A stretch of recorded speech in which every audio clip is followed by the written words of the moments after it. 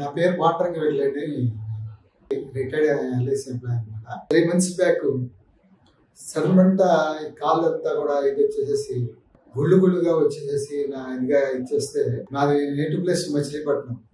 అక్కడ జనరల్ హాస్పిటల్లో కూడా చూపించిన మళ్ళీ వెంటనే ఇక్కడ విజయవాడలో మన అను హాస్పిటల్కి తీసుకొచ్చి ఇక్కడ మన వాళ్ళందరూ కూడా పిలిచి వెంకటరమణ గారు, సతీష్ గారు, రమేష్ గారు, వీళ్ళు డాక్టర్స్ గారు అందరూ కూడా నాది హోప్లెస్ కేసు అనేటువంటి పరిస్థితిలో ఉన్న కేసుని వాళ్ళు స్పెషల్గా టేకప్ చేసి మళ్ళీ నాకు పునర్జీవం పోసేగా చేశారు హాస్పిటల్ వాళ్ళు. ఇప్పుడు నేను కాళ్ళు 2 కూడా నాకు చాలా ఇదైపోయింది. అలాంటి కాళ్ళు ఇప్పుడు నేను శుభ్రంగా మామూలుగా నడిచే విధంగా కూడా మన హాస్పిటల్లో డాక్టర్స్ అందరూ కూడా ఇచ్చేసారు.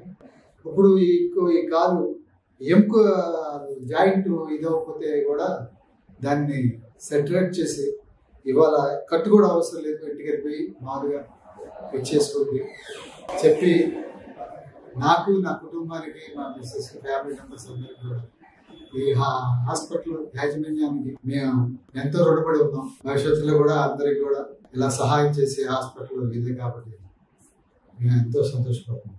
రమేష్ గారికి, సతీష్ గారికి, వెంకటరమణ గారికి, ఇంక్లూడింగ్ ఇక్కడ ఉన్నటువంటి స్టాఫ్ మెంబర్స్ అందరికి కూడా నేను 3 months ఉన్నాను, అంటే 2 months పైనతో ఉన్నాను.